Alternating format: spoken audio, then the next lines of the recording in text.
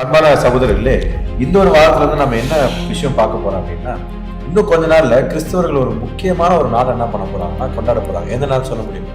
Good Friday, very good. Easter. ஈஸ்டரும் கூட very good.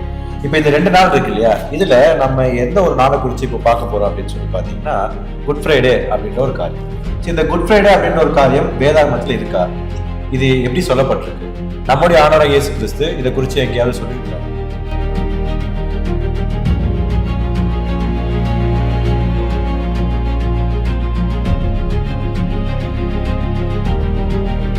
நம்ம குட் ஃப்ரைடேன்னு சொல்லி சொல்றோம். இப்போ குட் ஃப்ரைடேன்றது நம்ம என்ன டேல நம்ம செலிப்ரேட் பண்றாங்க? ஃப்ரைடே தான் வந்து எல்லாருமே செலிப்ரேட் பண்றாங்க. உதாரணத்துக்கு எடுத்துக்கிட்டீங்கன்னா, என்னுடைய பிறந்த நாள் வந்து இந்த வருஷத்துல ஒரு மண்டே வருதுன்னு வச்சுக்கலாம், சரிங்களா?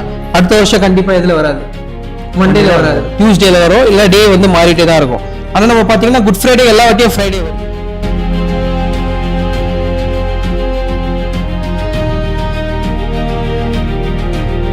இப்ப என்ன கேள்வி இங்க வருதுன்னா, வேதாகமத்துல இதை செலிப்ரேட் பண்ணணும்னு சொல்லி முதல்ல இருக்கா?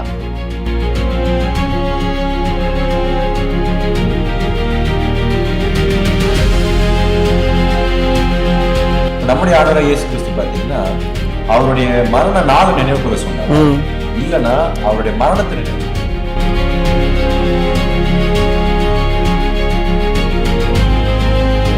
என்னன்னா, இந்த 40 நாள் உபவாசத்தை குறித்து எல்லாருமே வந்து இது ரொம்ப முக்கியமா செய்யறாங்க. இந்த 40 நாள் உபவாசம் குறித்து வேதத்துல ஏதாச்சும் ஒரு ஆதாரம் ஏதாச்சும் இருக்கா? இப்ப வேதாகமத்தின்படி வாரத்தின் முதலாம் நாள் அப்படின்றது எந்த டேல வரும்? சண்டே தான். சண்டேல வரும். அப்ப சண்டே அவர் உயிர்த்தெழுந்தார் அப்படின்னா அவர் மரணத்துடைய நாள். அப்படியே நீங்க பின்னாடி போனா என்ன டே வரும்? ஃப்ரைடே வரும். கண்டிப்பா ஃப்ரைடே வரும். இந்த ஒரு ரீசன்னால தான் அவங்க குட் ஃப்ரைடே அப்படின்ற ஒரு விஷயத்தை ஃப்ரைடேல கொண்டாட ஆரம்பிக்கிறாங்க.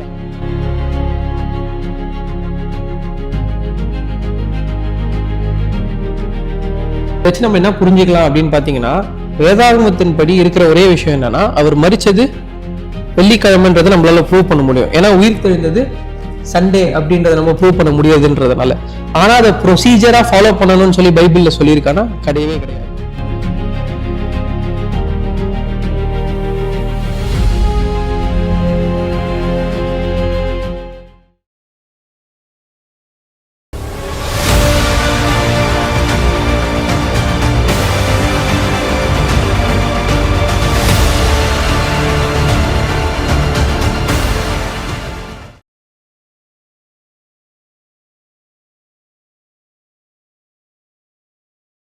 அன்பான சகோதர சகோதரிகளே, உங்கள் அனைவருக்கும் கிறிஸ்தேசுக்குள்ளான அன்பின் வாழ்த்துக்கள்.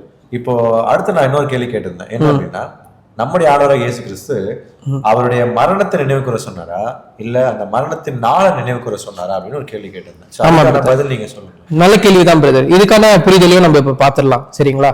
வேதாகமத்தின் படி பாத்தீங்க அப்படின்னா, மரண நாளை நீங்க நினைவு கூறுங்க அப்படின்றதுக்கான வசனம் எங்கேயுமே இல்லை, சரிங்களா? என்னென்ன இருக்கு அப்படின்னா, மரணத்தை நினைவு கூறுங்கன்னு மட்டும்தான் இருக்கு.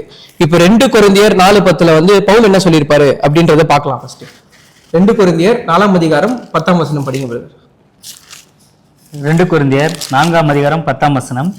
கர்த்தராகிய இயேசுவினுடைய ஜீவனும் எங்கள் சரீரத்திலே விளங்கும்படிக்கு இயேசுவின் மரணத்தை எப்பொழுதும் எங்கள் சரீரத்தில் சுமந்து திரிகிறோம். இப்போ இதுல இந்த வசனம் என்ன சொல்லுதுன்னா, இயேசுடைய மரணத்தை எப்பொழுதுமே என்ன பண்ணணும், நம்ம சரீரத்துல சுமந்து திரிகிறோம் அப்படின்னு சொல்லிட்டு இருக்கு. அப்ப பாத்தீங்கன்னா நம்ம எப்பவுமே டெய்லியுமே நம்ம என்ன பண்ணணும், அவரோட மரணத்தை நினைவு கூற வேண்டிய ஒரு விஷயம் இருக்குதான். ஆனா இதுதான் வந்து கிறிஸ்து அவங்க பண்ண சொன்னாரா அப்படின்னு பாத்தீங்கன்னா அதை பத்தி சொல்லல. அவர் என்ன சொல்லியிருப்பாருன்னா, என் மரணத்தை நினைவு கூறுறதுக்கு நீங்க ஒரு ப்ரொசீஜரை ஃபாலோ பண்ணுங்க, ஒரு முரண்மையை ஃபாலோ பண்ணுங்கன்னு சொல்லி ஒரு முரண்மையை கொடுத்திருக்காரு. அந்த முரண்மைக்கான பெயர் தான் என்ன அப்படின்னு கேட்டீங்கன்னா ராபோஜனம், சரிங்களா? அதை பத்தி தான் நம்ம வந்து இன்னும் ஃபர்தரா பார்க்க போறோம். ராபோஜனம்னா என்ன, அந்த முரண்மையில என்னெல்லாம் அவர் பண்ண சொல்லியிருக்காரு அப்படின்றத நம்ம என்ன பண்ணலாம், இன்னும் தெளிவாவே நம்ம அதை பார்க்கலாம், சரிங்களா? பிரதர், இந்த ராபோஜனத்தை குறித்து ஒரு சில தெளிவுகள் தேவைப்படுது பிரதர். ஏன்னா ஒரு சில சகோதர சகோதரிகள் வந்து வாரம் பண்றாங்க. ஆமா. ஒரு சில சகோதர சகோதரிகள் வந்து மாதம் பண்றாங்க. இன்னும் பார்க்கும்போது சபை கூடி வரும்போதெல்லாம் இந்த ராபோஜனத்தை அனுசரிக்கிறாங்க. இப்ப நான் வேதத்தின் அடிப்படையில் பார்க்கும்போது நம்ம எப்போ சரியான நேரத்தில் இதை அனுசரிக்கணும், அதை பத்தின ஒரு தெளிவுகள் கொடுத்தா நல்லா. கண்டிப்பா பிரதர், உண்மையிலேயே ரொம்ப டீப்பான ஒரு கொஸ்டின் தான்.